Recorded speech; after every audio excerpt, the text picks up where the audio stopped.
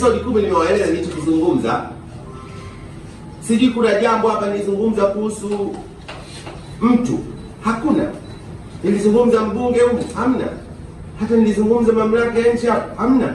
Nilizungumza mjomba wake mtu, hamna.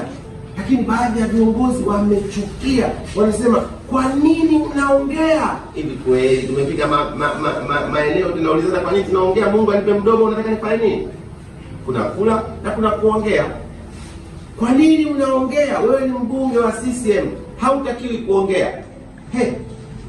Kumbe wabunge wa CCM tunataka tufanye nini? Sasa ile sijaja nayo hapa. Ningeonyesha ile kanuni ya wabunge wa CCM. Tukiwa bungeni kuna mambo unaruhusiwa kuongea lolote.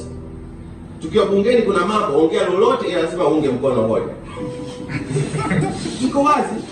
Inaitwa 3 line rule. Na ukiwa bungeni kuna mambo unaunga mkono na unapiga kura ya ndio. Hayo ni mambo ya kufa na kupona.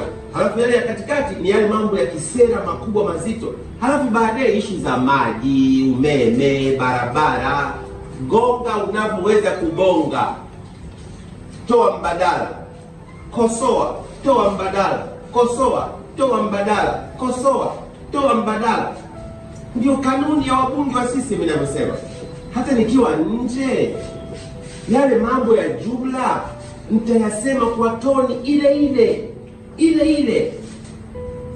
Na sasa hapo wanafanya mara mbili. Napeleka ushauri chini ya carpet, alafu nakuja nayo hapa juu na naisukuma namna hii. Kwa sababu unajua wakati mwingine nimejifunza hapo nyuma, unapeleka ushauri chini ya carpet, hapo ngoma anasema bado tuko nayo. Unatazama jambo halijakaa vizuri, unasema kuna ile haki ya kikatiba ya kuweka mawazo hadharani, hata mwanamuziki anaitumia. Mimi napeleka na hiyo, ndio nikasema shule ya uongozi itanisaidia kuyafafanua baadhi ya mambo haya. Sasa mimi mbunge, nashukuru sana kwa kweli Chama cha Mapinduzi, namshukuru Mungu, nashukuru Chama cha Mapinduzi, nashukuru mamlaka ya nchi. Mimi ni mbunge wa kuteuliwa na rais. Kwa kweli naendelea kushukuru sana.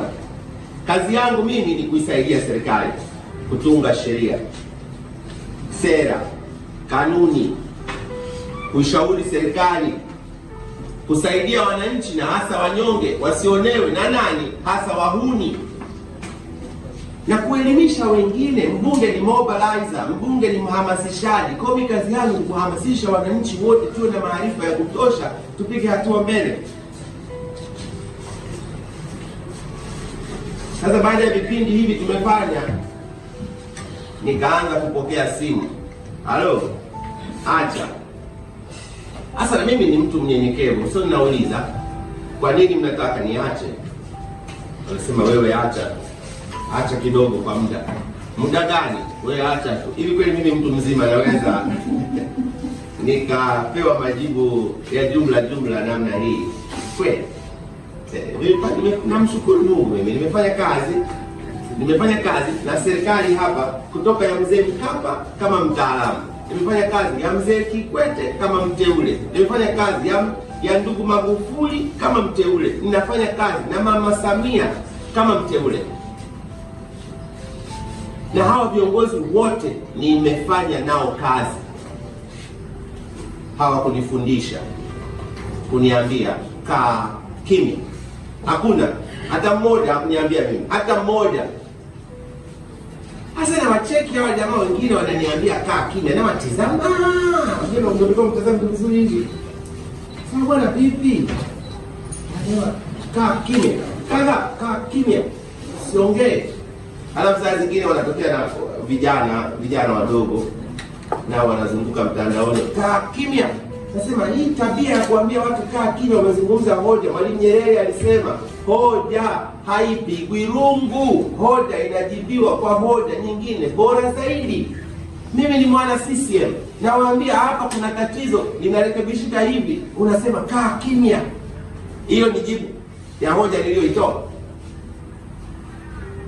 Hata ya wamachinga hapa Dar es Salaam anasema huyo mpango wa machinga hapa mlikurupuka, mmeonea watu kimsingi. Mimi sina tatizo, nakwambia ni ukweli. Mimi mwakilishi wa wananchi bwana, hii mnachanganya watu wengine. Ndio hapo naniambia mtu kaa kimya. Ala, kwa majukumu ya bunge nayo nataka tufanyeje?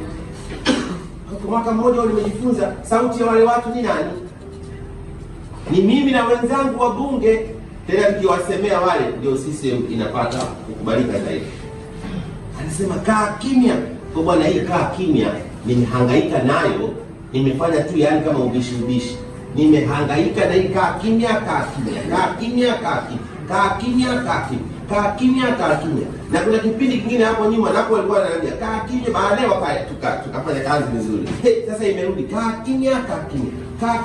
Nikasema ndugu zangu, vipi? Mnafahamu niliitwa kwenye chama. Yale ya kwenye chama leo sitawaambia kwa sababu tulikubaliana kule ndani ya vikao yaliyozungumzwa na niliyoyajibu ni siri. Chama watakuja kuwaeleza. Lakini kitu kimoja nawaambia, kule niliitwa kwa sababu nilikuwa na tuhuma. Sitawaeleza tuhuma zipi, lakini nilizijibu zote. Sitawaeleza majibu yangu niliyoyatoa huko, lakini nilizijibu zote moja baada ya nyingine, tena kwa unyenyekevu mkubwa, moja baada ya nyingine. Sasa hiyo sitawajibu. Hasa wanaibuka watu wengine. Juzi nimetangaza naanza season 2 ya shule ya uongozi, ambayo season 1 ndugu wanahabari na Watanzania nimewaeleza na nao ni mashahidi. Sijakashifu mtu, sijatukana mtu. Bwana, nimepokea mashtaka. Bwana wewe nitawaeleza. Sitaingia sana kwenye kwenye mashtaka niliyoyapokea.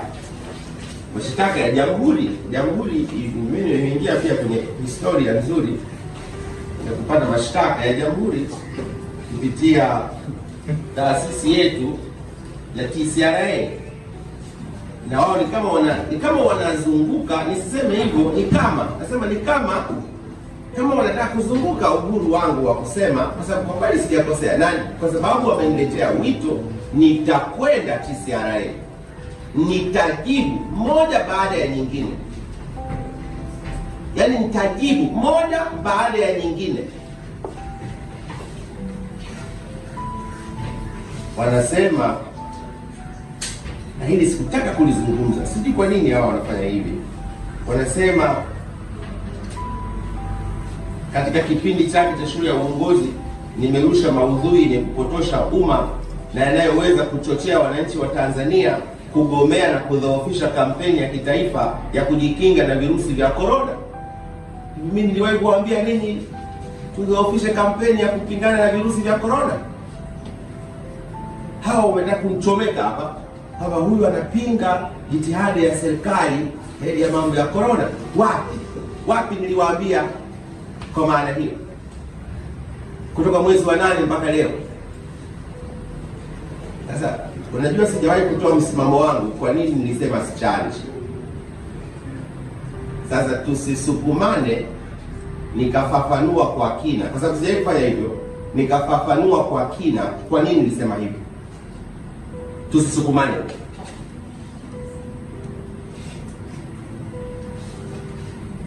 Na nafikiri nimefanya tu kwa sababu mimi kiongozi, lakini nikaitumia hiari aliyotupatia Mheshimiwa Rais. Nikasema nikitazama jambo hili lina njia nyingi, na nyingine nimetoa bungeni maoni yangu. Lina njia nyingi, njia si moja, ziko nyingi. Mimi naomba hizi nyingi na zenyewe tuzipe kipaumbele. Kama hivi kula vizuri, chakula lishe bora. Hivi mmemsikia hapa radio, TV zinahubiria watu namna ya kula vizuri. Sasa kula vizuri si kwamba unakula vitu vingi vya gharama, hapana. Kula vizuri juzi zamani tulikuwa tunafundishwa kwenye radio na televisheni, kuleni chakula bora cha kujenga mwili, na inaendelea hivyo. Niambie TV gani, radio gani, mtandao gani wa mtandaoni unasema tule vizuri ili tuimarishe kinga ya mwili? Kwa sababu kinga ya mwili ikiwa vizuri, haya magonjwa hayawezi kukusumbua. Nikasema tuwekeze huko. Lakini kuna maswali ya msingi nikayahoji, nikasema ili sasa unajua sisi viongozi tuna fursa ya kupeleka maneno Nimeshapeleka maneno huko, nikasema hili haliko sawa, hili haliko sawa, hili haliko sawa. Sasa hao wanasema mimi nimepinga. Nimepinga wapi?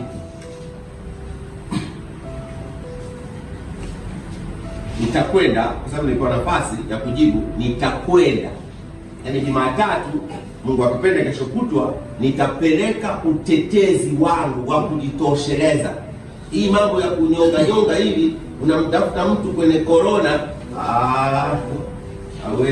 hawezekani. Haya.